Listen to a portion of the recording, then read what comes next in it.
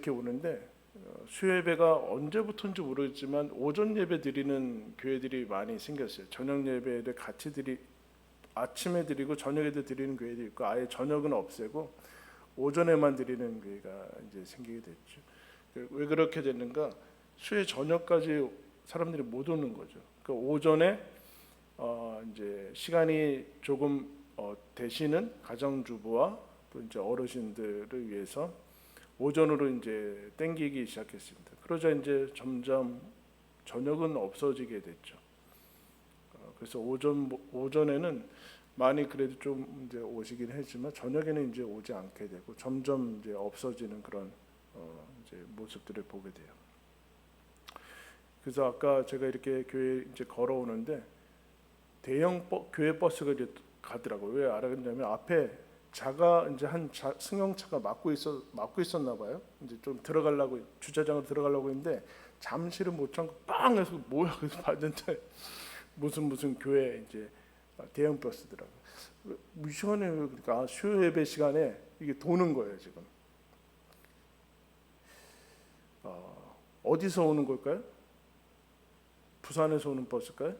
그렇지 않죠. 이제 대중교통으로는 이 짧은 거리도 예배에 못 오는 그런 교인들로 만들어 버리고 있어요. 안타깝죠. 대전에서 오는 것도 아니고 서울에서 오는 것도 아니에요. 이 근처 또 대중교통으로는 이제 교회 예배도 못 오는 그런 시대에 우리가 살고 있어요. 안타깝지만 뭐 어떡하겠습니까? 왜 이런 얘기를 하냐면은 하나님 말씀 이제 안 읽은 거 알고 있어요? 너무 걱정하지 마시고.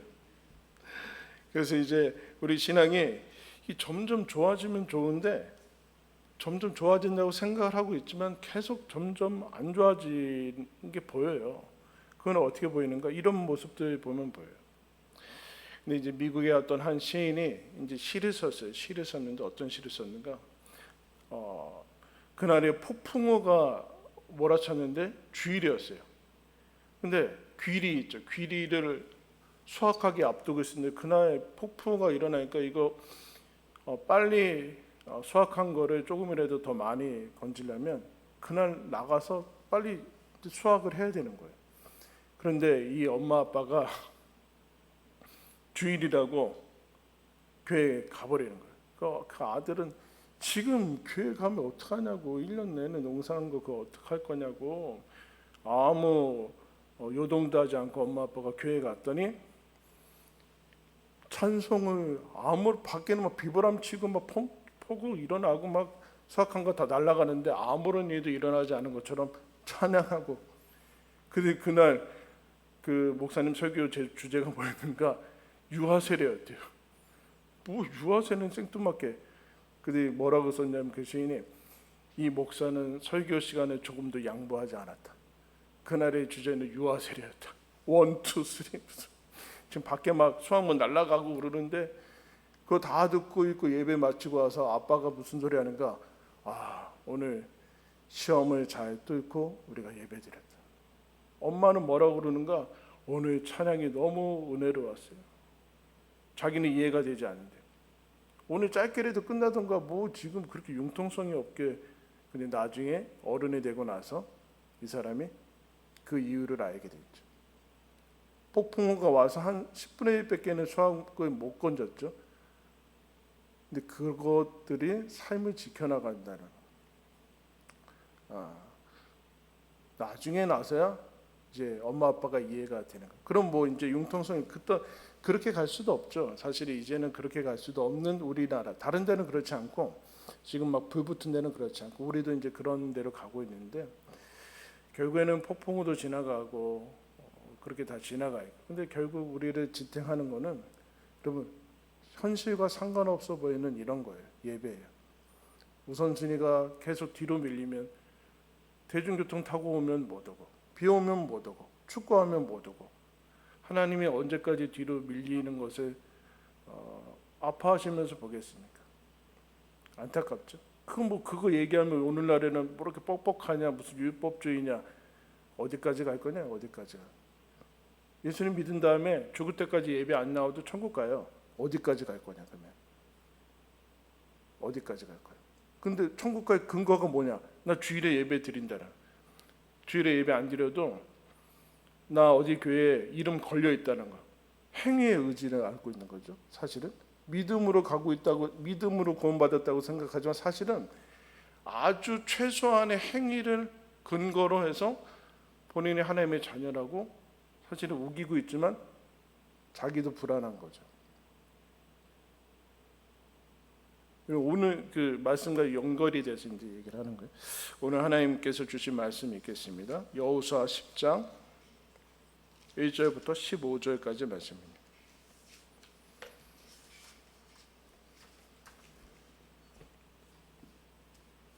서정훈 성도님 감사합니다.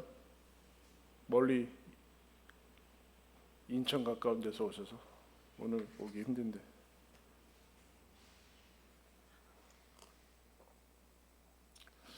오늘 오신 분들은 제가 치킨을 한 마리씩 쏘도록 하겠습니다. 부부 오신 분은 그냥 한 마리만 드리겠습니다.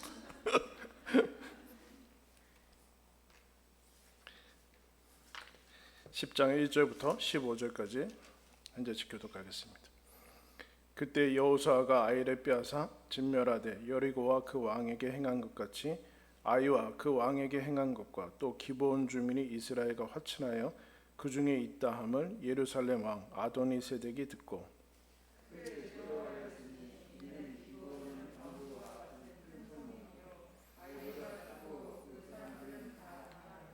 예루살렘 왕 아도니세덱이 헤브론 왕 호함과 야르무드 왕 비람과 라기스 왕 야비야와 에글론 왕 드빌에게 보내어 이르되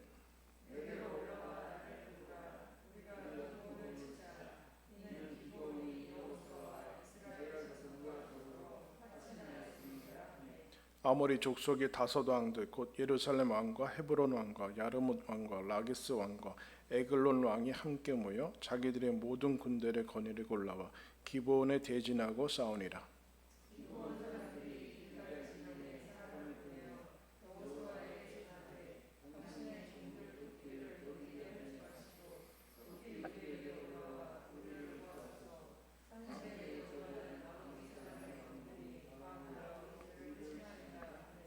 여호수아가 모든 군사와 용사와 더불어 길갈에서 올라가니라.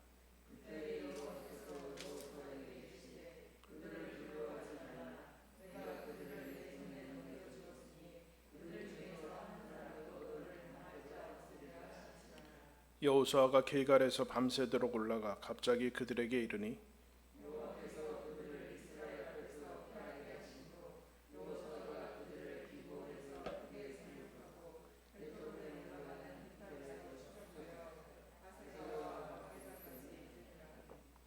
그들이 이스라엘 앞에서 도망하여 베토론의 비탈에서 내려갈 때 여호와께서 하늘에서 큰 우박덩이를 아세가에 이르기까지 내리심에 그들이 죽었으니 이스라엘 자손이 칼에 죽은 자보다 우박에 죽은 자가 더 많았더라.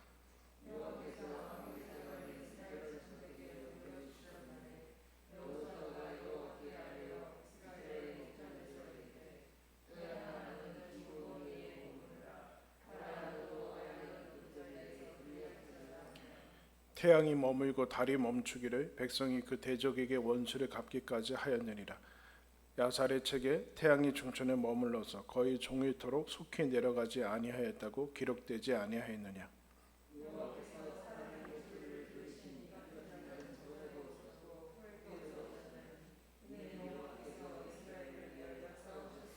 함께 하겠습니다. 여호수아가 온 이스라엘과 더불어 길갈 진영으로 돌아왔더라. 아멘. 오늘 우리가 읽은 말씀에 그 중요한 성경에 있어서 대단히 이제 극적이고 어떻게 성경에 앞뒤에 없을 정도의 표현이 나오고 있습니다. 13절 보시면 태양이 머물고 달이 멈추었다 이렇게 얘기해요. 그래서 흔히 전통적인 해석으로는 시간이 멈춘 사건을 지금 얘기를 하고 하나님께서 천지 히스기야 때 히스기야가 하나님께서 하나님의 징표를 구할 때 시기가 몇 도 물러가죠. 그때 말고 이거는 거의 하루 동안 하나님께서 시간을 멈추게 하죠.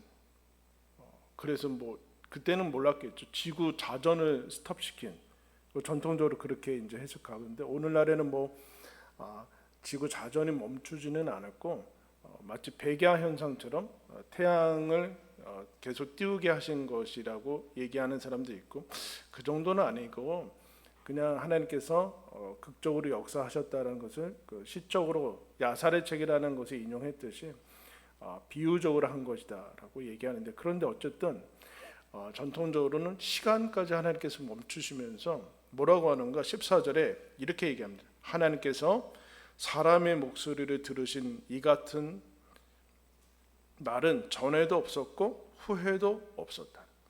그러니까 여호수아가 이걸 얘기했는데, 사람의 말을 이렇게 듣고 응답한 것이 전무후무한 사건이 나온다. 오늘 그 얘기가 나오죠. 그래서 이 사건을 통해서 오늘 이제 기본 전투라고 이름이 붙여진 건데, 우리가 여리고성과 아이성으로 들어갔는데 여리고성과 아이성으로 이렇게 들어가지 않습니다. 동에서 서쪽으로 들어가는데 여리고성, 아이성 한 다음에 이제 이걸 통해서 이 10장에는 남부 지역을 이제 정복할 이제 땅을 취하는 이제 사건이 나오게 돼요. 근데 그게 어떻게 되는가? 하나님이 지금 전통적으로 시간까지 멈추고 전무후무하게 사람의 말을 이 정도로 들게 하신 그 역사가 없는데, 이게 어디서 나왔는가? 이 사건이 어디에서 나왔는가를 이제 우리가 살필 필요가 있죠. 그게 이제 앞장으로 돌아가면, 10장 1절로 돌아가면 무슨 사건에서 나오는가? 기가 막힌 사건에서 나오는 건가? 그 보면 그때 여호수아가 아이를 빼앗아 진멸하되 여리고와 그 왕에게 행한 것 같이 아이와 그 왕에게 행한 것과 또 기본 주민이 이스라엘과 화친하여 그 중에 있다함을 예루살렘 왕 아도니세덱이 들었다. 여리고성도 듣고 여리고성 사건도 듣고 아이성도 들었는데, 문제는 뭔가 자기 지파 아모리 족속인데, 지금 아모리 족속에 속한 그 지역에 속한 기본 주민이 자기들을 배신하고 이스라엘과 화친했다라는 소식을 당시에 이제 예루살렘 왕인 아도니세덱이 듣습니다. 듣고 어떻게 하는가? 그 얘기를 듣고 3절에 예루살렘 왕 아도니세덱이 헤브론 왕 호함과 야르못 왕 비람과 라기스 왕 그리고 에글론 왕 드빌에게 보내어 내게로 올라와 나를 도우라. 우리가 기브온을 치자. 기브온이 여호수아와 이스라엘 자손과 더불어 화친하였습니다. 아모리 족속의 5왕들 곧 예루살렘 왕과 헤브론 왕과 야르본 왕과 라기스 왕과 에글론 왕이 함께 모여 자기들의 모든 군대를 거느리고 올라와 기브온에 대진하고 싸우니라. 지금 뭐하러 오는 겁니까? 기브온이 화친했다는 소식을 듣고 기브온을 빼앗길 수는 없다 해서 기브온을 다 진멸하려고 그 남부 지역에 속한 사람 왕들이 연합군을 결성해서 기브온을 치러 왔어요. 지금 기브온이 누군지는 아시죠? 앞에서 얘기했지만 이스라엘을 속여가지고 우리가 멀리서 왔다 해서 화친했는데, 이때 문제가 생기죠. 여호수아와 족장들이, 그 지도자들이 하나님께 묻지도 않고 이들과 하나님의 이름으로 맹세하는 조약을 맺어요. 그래서 하나님이 그 땅의 백성들과 언약하지 말라는 이 하나님의 명령을 어길 뿐만 아니라 이제 하나님의 이름이 맹세했으니까 어떻게 하지도 못하는데, 이스라엘이 이 사람들을 그러면 이 사람들이 속였으니까 다 치자라고 해서 없애려고 하는데 여호수아가 막죠. 하나님의 이름으로 맹세했으니까 이제 이 조약은 유효하다. 우리가 잘못한 것을 인정하고 가야 된다. 그러고 나서 이때 실패와 그거를 인정하고 조약은 맺은 대로 기본 주민들을 살려두고 종으로 삼고 가는데, 그럼 좋은 일이 생겨야 되는데 무슨 일이 생겼어요? 이 기본 사람들 때문에 이제 연합군이 갑자기 몰려와서 순서대로 차근차근 해도 이거 시원찮은데 갑자기 이 기본 주민들과 맺은 언약 때문에 이스라엘까지 대단히 어려운 일에 처하게 됐어요. 근데 기본 주민들을 이 사람들이 치러 왔죠. 이런 반응을 보일 수 있을 거예요. 그 소식을 듣고 기본 주민들이 어떻게 했는가? 6절에 기본 사람들이 길갈 진영에 사람을 보내어 여호수아에게 전하되 당신의 종들 돕기를 더디하지 마시고 속히 우리에게 올라와 우리를 구하소서. 산지에 거주하는 아모리 사람의 왕들이 다 모여 우리를 치나이다. 여러분 어떻게 했을까요? 무슨 생각이 들었을까요? 우리를 속여서 기본과 동맹을 맺어서 그만 여호수아가 막아서 그 기본 주민을 살려줬는데 우리가 아니라 이스라엘 사람들이 아니라 그 주변의 왕들이 기본을 치러 왔어요. 무슨 생각이 들까요? 첫 번째 이런 생각이 들겠죠.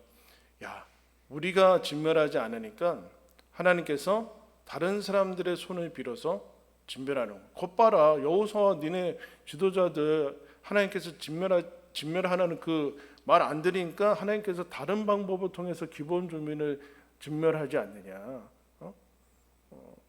이런 생각이 들었겠죠. 그러면서 우리는 그 전투에 절대로 참여하면 안 된다. 참여하면 안 되고 거기에 우리가 갈 필요가 없다. 하나님이 지금 다른 사람들의 손을 빌어서 너희들이 하지 않았던 얼버무렸던 그거를 하고 계시니까 우리는 거기에 참여하면 안 되고 지켜보고 관망해야 된다. 관명해야 된다. 지금 만약에 우리가 거기서 도와달라고 해서 거기 가면은 괜히 우리가 살려줘가지고 거 봐라 그때 해결했어야 되는데 그때 첫 단추 잘못 껴가지고 그랬으니까 그때 지금 호미로 막고 그 가래로 막는 거 아니냐. 괜히 살려줬어가지고 니들 또 살려줬어가지고 그런 거 아니니까 지금이라도 가지 말고 관망하고 거기 참여할 수는 없다. 거기 가서 우리가 이 5 동맹군들이 와서 하는데 우리가 가서 죽으면 어떡하려고 그러냐. 그 위험이 우리들한테 닥친 것인데 그럴 수는 없다라는 생각이 일반적인 거죠. 그래서 처음처럼 기본 주민이 망한 거는 우리가 진멸한 것도 아니고 우리 잘못도 아니지 않느냐. 기본 사람이 우리랑 화친해서 그 지역 아모리 족속이 같이 있던 사람들이 치는 건데 우리는 아무런 잘못이 없다 라고 합리화할 수도 있고 정당화할 수도 있는 지금 상황이에요.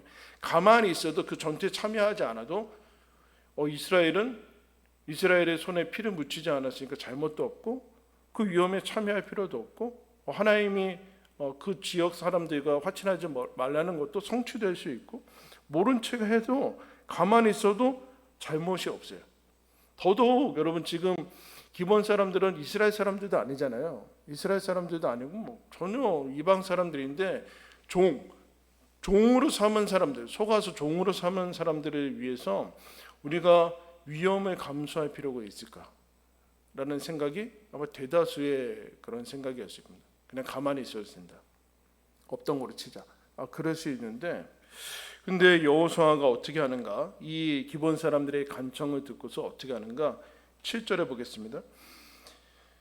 여호수아가 모든 군사와 용사와 더불어 길갈에서 올라가니라.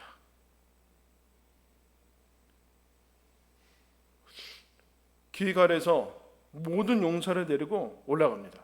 근데 여러분 여호수아가 두려웠겠죠. 갑자기 동맹이 형성이 됐어요. 이 사람들 때문에, 이 기본 사람들 때문에 갑자기 이 사람들 뭉쳤다니까요. 흩어져 하나씩 치고 나가도 힘든데 그래서 두려웠을 텐데 여호수아가 앞뒤 그런 거 별로 없이 마치 엄청난 그 이스라엘 사람들이 사로잡힌 것처럼 해서 올라갑니다. 그때 하나님께서 뭐라고 응답하시는가? 8절에 그때 여호와께서 여호수아에게 이르시되 그들을 두려워하지 말라. 내가 그들을 내 손에 넘겨주었으니 그들 중에서 한 사람도 너를 당할 자가 없으리라 하신지라. 이 얘기 듣고 여호수아가 9절에 길갈에서 밤새도록 올라가서 그들을 칩니다. 이 정도까지 할 필요가 있는가? 이 종들을 민족 다른 타민족 이방인들의 종들 때문에 모든 구사와 밤새도록 몰려가 가지고 그럴 필요가 있을까라는 생각이 여러분 들죠. 이제 물어야 돼요. 이스라엘이 이 기본 사람들과 서약을 맺은 것, 내가 너희들을 살려두고 화친하겠다라는 그 서약, 우리가 지난 시간에 사랑의 서약에 맹세한 것이라고 했는데, 그럼 그 사랑이 담긴 게 도대체 무엇인가? 조약에 담긴 것은 무엇인가? 라고 얘기를 하는 거죠. 겉으로 봐서는 뚜렷합니다. 이 서약 때문에 여호수아와 이스라엘 백성은 위험에 참여하게 되는 거예요. 좋은 것에 참여하게 되는 게 아니라 이 기본 주민과 맺은 것 때문에 하나님과도 한번 실패했고, 그뿐만 아니라 위험에 처하게 되는데, 이건 완전히 우리와는 정말 별로 상관이 없는, 이스라엘과는 별로 상관이 없는 거예요. 근데 이스라엘이 이제가 조약을 맺고 서약을 하고 언약을 맺는 것이 무엇을 의미하는가? 위험에 같이 참여하는 것을 얘기를 하고 있습니다. 같이 감수하는 거예요. 같이 감수하는 거. 같이 감수할 뿐만 아니라 이건 플러스와 이득이 됐을 뿐만 아니라 전혀 기본하고 우리가 엮여가지고 뭐 좋은 게 있냐라고 봐라, 바로 우리 다 죽게 생기지 않았느냐. 근데 여호수아는 그런 거 별로 신경 쓰지 않고 이 서약 안에 담긴 내용은 무엇인가? 위험이 닥쳐도 이제 우리가 받아들였으니 우리 편이고 우리 식구나 마찬가지다. 마치 아브라함이 롯 잡혔을 때 소돔과 고모라에 가서 다 쳐부시고 롯을 구해오는 것처럼 동일한 얘기를 지금 하고 있어요. 동일한 얘기를. 이 사람들로 인해서 위험에 참여하고 있는 것을 얘기해요. 그래서 밤새도록 올라가. 그 참여하는 것을 얘기해요. 그러니까 우리가 무슨 어떤 사랑이라든가 그런 거에는 우리가 생각하는 것과 더 다르게 훨씬 더 위험한 것들이 담겨져 있다는 얘기예요. 그 사도 바울이 원래는 아시아로 복음을 전하려고 하다가 하나님께서 막으셔서 오늘날이 유럽 쪽으로 트는데 첫 번째 만난 데가 빌립보라는 데예요. 빌립보 교회가 처음 만나게 되는데 빌립보서에서 바울이 나중에 감옥에 갇힐 때 빌립보 교회한테 이렇게 얘기해요. 너희들이 내가 복음의 첫 열매인데 너희들 참 감사하다. 하면서 빌립보 편지를 보냈는데 거기서 이렇게 얘기합니다. 너희들은 나의 괴로움에 참여했다. 무슨 얘기일까요, 여러분? 사람들이 잘 나가고 흔히 얘기했을 때 잘 나가고 뭐 그럴 때는 많이 붙죠. 많이 붙어요, 사람들이. 근데 마이너스고 감옥에 갇히고 저 사람하고 같이 있는 게 불명예고 손해가 날 것 같으면 다 떨어져 나가는 거죠. 다 떨어져 나가게 돼 있어요. 근데 유일하게 이 빌립보 교회가 바울이 감옥에 갇힐 때 모른 체 하지 않고 바울의 실컷을 챙기면서 그럼 바울이 내 괴로움에 참여한 자가 너희들이다. 그런 얘기를 지금 하고 있어요. 뭐라는가? 같이 위험과 괴로움에 참여를 하고 있다는, 같이 위험에 참여하고 있다. 이게 여러분, 이게 사랑에 담긴 거라. 사랑에 담긴 거.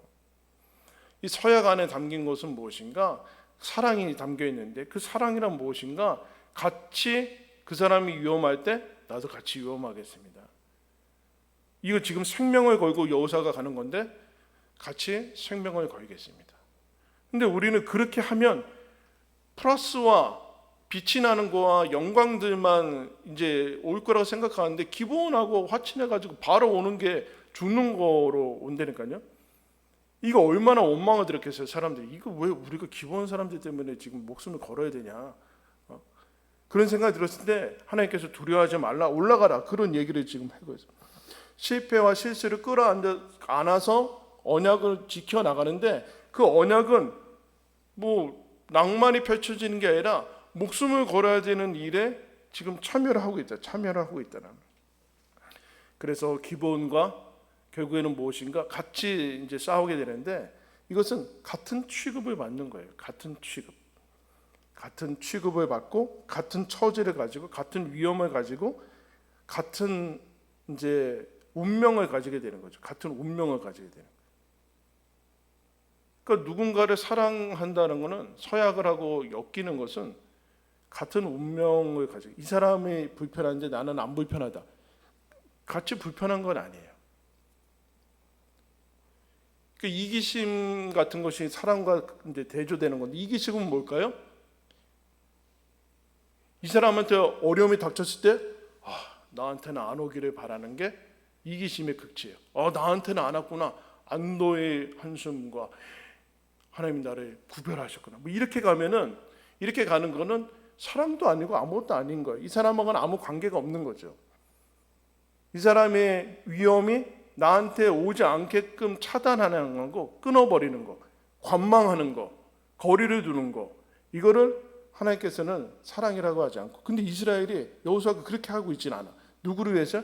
기본 종들 때문에. 종으로 보고 있지 않은 거죠. 이스라엘 식구로 보고 있는 거예요. 이스라엘 식구로 보게 돼요. 더 나아가서 이 사람들이 위험에 처하고 그러니까 같이 불편을 겪는 거예요. 같이 괴로워지는 거예요. 같이 괴로워지는 거. 지금 그거를 얘기를, 거기에 하나님께서 응답을 해주고 있어요. 두려워하지 말아라. 내가 그들을 너희 손에 붙였다. 그런 얘기를 지금 하고 있는, 기본을 위해서 지금 하고 있는 거예요. 우리 안에 들어왔으면, 우리가 서약했으면 이제 끝난 거다. 그 선택에 책임을 지는 거죠, 여러분. 이게 다른 상황이 앞으로 닥쳤다고 해서 선택까지 가버리는, 우리는 그러잖아요. 선택을 번복하잖아요, 자꾸. 물론 선택이 잘못됐을 수도 있지만, 그러나 선택을 해서 이미 왔으면은 여기서 무슨 나쁜 일이 일어났을 때 겉봐라, 기본하고 그 조약해가지고 지금 죽게 생겼다, 그렇게 하지 않고 있다니까요. 이 선택에 책임을 지고 있어요. 우리가 서약을 했는데 그건 옛날에 있다. 지금 왔으면 이 안 좋은 일은 우리가 같이 감수를 해야 되는 거다. 그렇게 나가고 있어요. 발 빼고 있지 않다는 얘기예요. 마이너스와 나에게 손해가 되는 일이면 빼가지고 잠깐 기다리던가, 빠져 있다가 나중에 좋아지면 들어가다던가, 아니면 끊어버리고 다른 데로 가서 거기서 좋아진, 이미 그런 것이 없는 데서 가던가, 그렇게 하고 있지 않다는 얘기예요. 사실 그래서 여호수아는 별로 한 게 없고 서약을 지키는 것밖에 없어요. 근데 하나님께서 이 모습에 아까 우리가 얘기했듯이 역사의 전무후무한 응답을 내리십니다. 왜 그럴까요? 이제 그 말씀 보시면 밤새도록 올라가니까 10절에 하나님께서 뭐 하시는가? 10절 말씀에 여호와께서 그들을 이스라엘 앞에서 패하게 하심으로 여호수아가 그들을 기브온에서 크게 살육하고 베토론에 올라가는 비탈에서 추적하여 아세가와 막게다까지 이르니라. 그들이 이스라엘 앞에로 도망하여 베토론의 비탈에서 내려갈 때 여호와께서 하늘에서 큰 우박덩이를 아세가에 이르기까지 내리심에 그들이 죽었으니 이스라엘 자손이 칼에 죽은 자보다 우박에 죽은 자가 더 많았다. 뭐예요? 여호수아가 밤새도록 가서 치기 시작해서 승리를 거뒀는데 결국에 하나님이 뭐로 이들을 다 이제 패배시킵니까? 우박을 내리세요. 그래서 우박 맞아가지고 더 많이 죽었어요. 웃으시면 안 되는데. 그죠? 그래 더 죽었고, 하나님이 지금 이 정도로 이 이스라엘 편을 들고 계시고, 그 다음에 어떻게 하는가 우리가 살펴봤듯이 그 이후에 12절에 태양아 멈춰라. 여호수아가 진짜 놀라운 얘기. 태양아 멈춰라. 달은 너 골짜기에 머물러라. 해가 중천까지, 이 일 끝날 때까지 날이 어두워지지 말아라 라고 하니까 하나님이 그거를 받으셔서 그렇게 응답을 해주시는 것을 이제 보게 돼요. 그러면서 이것을 결론을 이렇게 내리시죠. 14절에 여호와께서 사람의 목소리를 들으신 이 같은 날은 전에도 없었고 후에도 없었다니 이는 여호와께서 이스라엘 위하여 싸우셨음이니라. 무슨 얘기하는 거예요? 하나님이 이스라엘을 위해서 싸우셨다. 뭐 할 때요? 이스라엘이 피도 섞이지 않은 타 민족, 없애버렸어야 됐었던 사람들, 진멸했어야 됐던 사람들을 실수로, 속임수로 받아들이고, 근데 그 받은 것을 번복하지 않고 그 서약에 헌신하고, 그 서약에 헌신하는 것 자체가 자기들과 상관없는, 어떻게 보면 기본 주민들이 잘못한 것 때문에 기본 주민이 고난당할 때 외면하지 않고 우리 편이다, 우리 식구다, 우리가 구하러 가야 된다. 그래서 목숨 걸고 갔을 때 이스라엘 자손들이 기본을 위해서 싸울 때 하나님이 뭐 하시는가? 하나님이 이스라엘을 위해서 싸웠다, 그렇게 얘기를 해줘. 이스라엘을 위해서 하나님이 전무후무한 역사를 펼치신다, 그렇게 얘기를 해주고 있어요. 이 사건이 여러분 어디서 등장하고 있다고요? 어디서 등장하고 있다고요? 누구를 위해서? 좋은 것이 아니라, 영광이 아니라 생명을 거는, 위험을 감수하는, 괴로움에 참여하는, 같이 십자가를 지는 그 일에 하나님이 뜨겁게 일하고. 왜 그러는가? 결국 이 얘기죠. 이 얘기. 여러분 이스라엘은 뭡니까? 종이죠. 애굽의 종이었어요. 노예였죠. 구원부터 해서 구원받을 때 출애굽해서 홍해 건널 때 뭐라고 합니까? 뒤에 애굽 군사가 오고 앞에는 홍해가 막혔을 때 하나님께서 머뭇거리고 있으니까 모세야 뭐하냐? 지팡이 쳐라. 갈라지잖아요. 그때 이스라엘 백성이 뭐라고 원망해요. 그 전에 우리가 죽을 데가 없어가지고 애굽에서 출애굽시켜가지고 홍해 바다에서 수장시키냐, 뭐하냐 막 원망하고 그러는데 모세도 뭐 어떻게 할지 모르니까 그때 모세가 그 사람들한테 그러잖아요. 유미야마 보라, 하나님께서 우리를 위해서 일하시는 그 하나님은 뭐라, 잠잠해라. 하나님이 우리를 위해서 일하실 것이다. 그러면서 기도하지 말고 모세야 반석을 쳐라, 그 홍해를 쳐라. 그러니까 갈라져서 가잖아요. 그때 그러시잖아요. 너희를 위해서 싸우시는 여호와를 볼 것이다. 그게 출애굽인데 지금 그 얘기를 하는 거예요. 구원이란 결국에는 뭡니까? 하나님이 우리를 위해서 싸우실 거다. 하나님이 너희를 위해서 일하실 거야. 싸우실 거야. 어떤 때도요? 어떤 때? 어떨 때도 이거 실패로부터 나온 거잖아요. 정신 안 차리는 불순종부터 나온 거 아니에요. 하나님께 묻지 않는 그 부주의함에서부터 나온 거예요. 근데 그 서약을 지키고 그 선택에 대한 책임을 회피하지 않고 관망하지 않고 좋은 일이 아니라 기꺼이 자기를 품은 사람들한테 생명을 걸고 나갈 때 하나님이 너 나 닮았구나 그런 얘기하는 거예요. 하나님이 여러분 지금 누구한테 모든 걸 걸고 있어요? 이스라엘한테 걸고 있잖아요.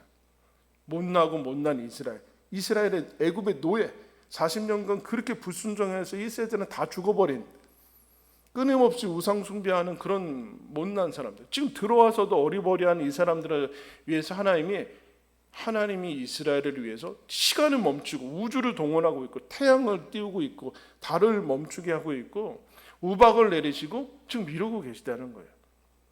그래서 확인을 시키는 거죠. 확인을 시키는 거. 내가 너와 언약을 맺었는데 그 언약에 담긴 게 뭔지 아냐? 나는 너한테 생명을 걸었다는 거다. 그 얘기는 너가 잘할 때와 잘못할 때와 상관없다. 잘할 때만 내가 너희들을 위해서 헌신하는 게 아니라 잘 못했어도 헌신할 거다. 종일에도 헌신할 거다. 그거를 안 거죠. 기본이 여호수아가 조금 안 거예요. 그래서 기본을 종이라고 여기지 않고 우리가 품었으니 이제 우리 식구다. 우리가 선택했으니까 우리는 끝까지 책임을 져야 된다. 그렇게 지금 가고 있는 모습이다. 여러분 이 모습을 하나님께서 보시고 역사하셔서 뭐라고 하시는가? 계속해서 그 뒤에 그렇게 하니까 나중에 그 5 왕들이 다 굴에 모여요. 무서워가지고 모여서 나중에 다 잡고 16절에 나오죠. 그 5 왕들이 도망하여 막게다의 굴에 숨었어요. 거기 또 같이 모여서 숨었어요. 그러니까 여호수아가 문 입구를 닫으라. 굴 입구를 닫고 얘네들 그냥 놔두고 계속 추격해서 이 일로 통해서 어떤 일이 일어나는가?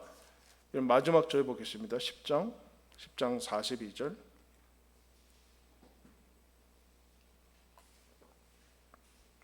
우리 다 같이 한번 읽겠습니다. 시작.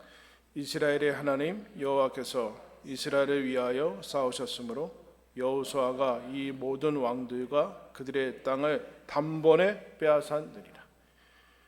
여러분 여호수아와 이스라엘이 계획했으면 이 사람들이 한꺼번에 모이겠습니까? 그런 일 없어요. 근데 여호수아가 뭐 하러 갔어요? 기브온 주민을 사실은 구하러 갔어요. 근데 하나님께서 이것을 어떻게 역사를 하셨는가?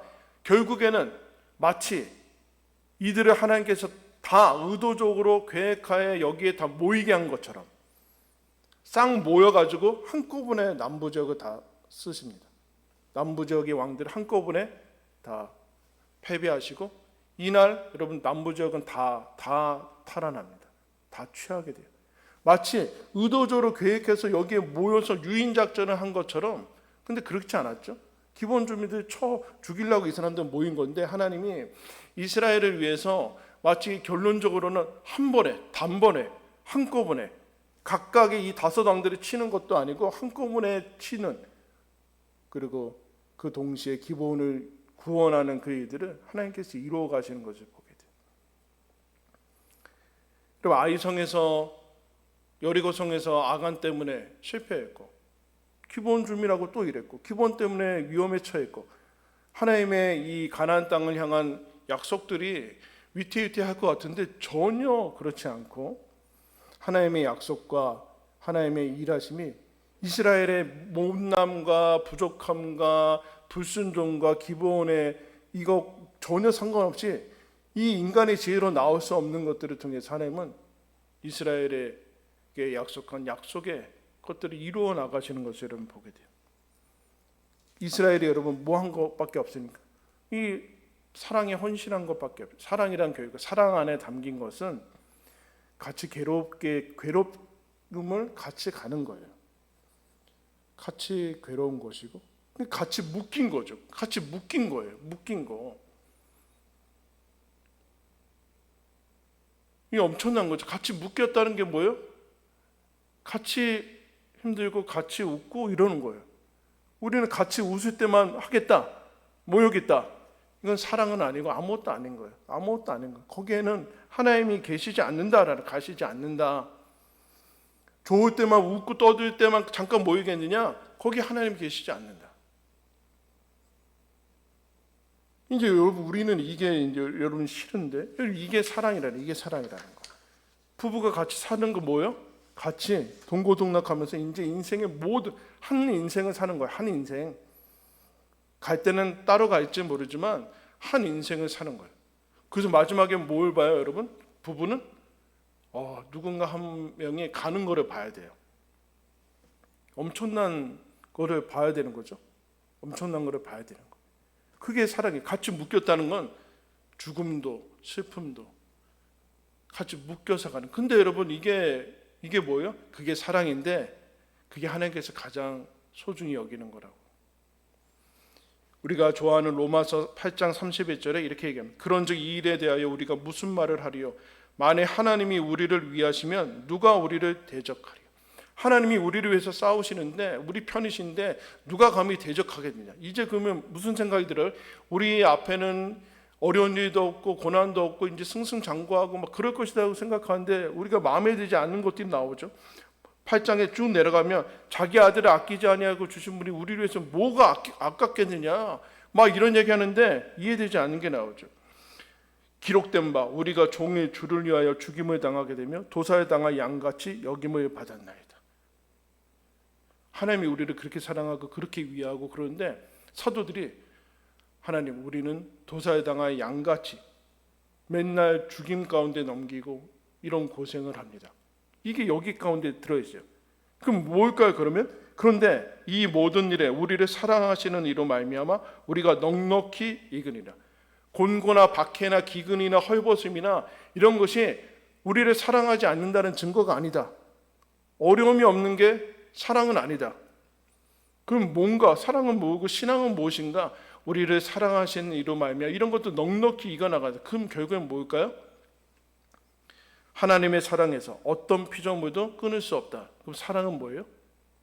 사랑은 같이 예수님이 우리랑 같이 묶인 거예요. 너희들 앞으로 어떤 일이 어려운 일들이 너희들이 감당할 수 없는 일들이 있을 수도 있고 아픔도 있고 슬픔도 있고 하나님이 안 계신 것 같은 그런 상황도 있을 텐데 그러나 나는 너희와 함께 묶였다. 함께 묶여서 너와 같은 인생을 살아갈 것이다. 근데 그것이 내가 너희들한테 약속한 것이 전혀 방해되지 않을 것이다. 하나님의 약속은 이룰 것이다. 너를 하나님 나라로 앉힐 것이고 그 모든 것은 실패같이 보이고 어리석어 보이고 미친 것 같고 기본의 그 위험에 뭐하러 참여할 것 같은 한심한 그 결정이 어리석은 것 같은데 그게 모든 것을 합하여 하나님이 선을 이루리라. 너희들이 계획하지 못한 것 같이 싹 다 모이게 해서 한꺼번에 처리하는 일들을 보게 될 것이다. 어떻대요? 하나님의 괴로움에 같이 참여하고 엮인 것을 알 때. 그러니까 여러분 사랑한다는 것 아프고 같이 묶인 거죠. 그 묶임에 하나님이 우리와 너희들 홀로 두지 않고 우리랑 같이 묶으셨 영원한 운명을 하나님이 예수 그리스도가 우리와 함께 영원한 운명을 같이 묶어버리셔서 그래서 인생을 같이 살아간다고 얘기하고 있습니다. 그게 신자와 크리스찬의 인생이에요. 두려워하지 마시고 하나님께서 우리 가운데 우리와 묶으신 인생을 하나님이 나와 함께하는 인생을 살아가고 있다라는 생각을 잊지 마시고 사랑이란 생명을 걸 뿐만 아니라 같이 아파하고 불편도 겪는 것 거기에 하나님이 역사하신다라는 것을 여러분 기억하면서 우리에게 주어진 이 명예로운 사랑의 길로 여러분 힘내어서 걸어가시기를 예수님의 이름으로 축원합니다. 기도하겠습니다.